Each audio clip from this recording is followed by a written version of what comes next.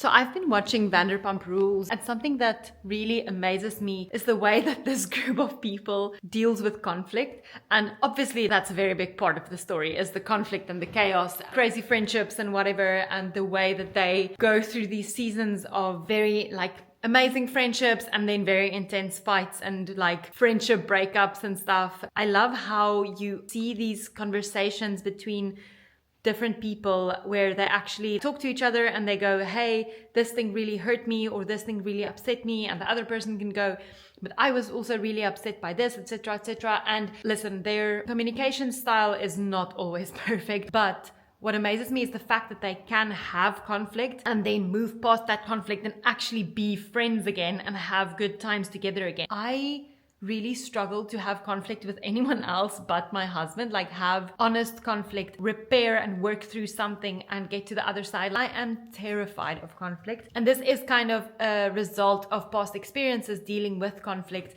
where you kind of have an outburst and then you just don't deal with the conflict and you don't speak about it again and you just act as if everything's okay, but that there's always this underlying thing that was never fully resolved. I kind of have this inner belief that people don't really forgive you, that people don't really move forward past something that damaged the relationship, and that thing that wasn't really resolved or that you offended the person with, that will be brought up sometime again later in the future. That's why I'm terrified of conflict, and that's also linked to my people-pleasing tendencies, etc., etc. But I find it so interesting because I've learned how to deal with conflict with my husband, and I know that, hello Bambi. Hello.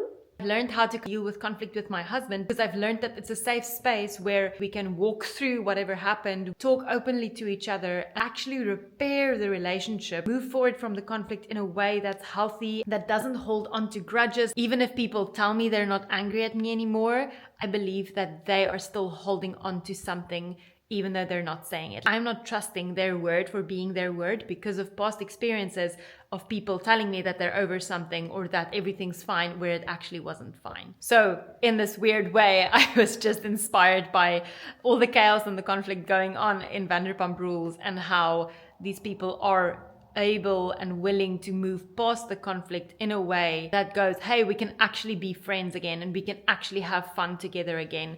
And that's just been really big challenge for me, and I'm sure there are other people as well that struggle with friendships and building authentic connections. That's so linked to people pleasing, because if you people please, you can avoid conflict to some extent, and if you avoid conflict, you can avoid damaging relationships, but actually just avoiding conflict just damages relationships even more. Yeah.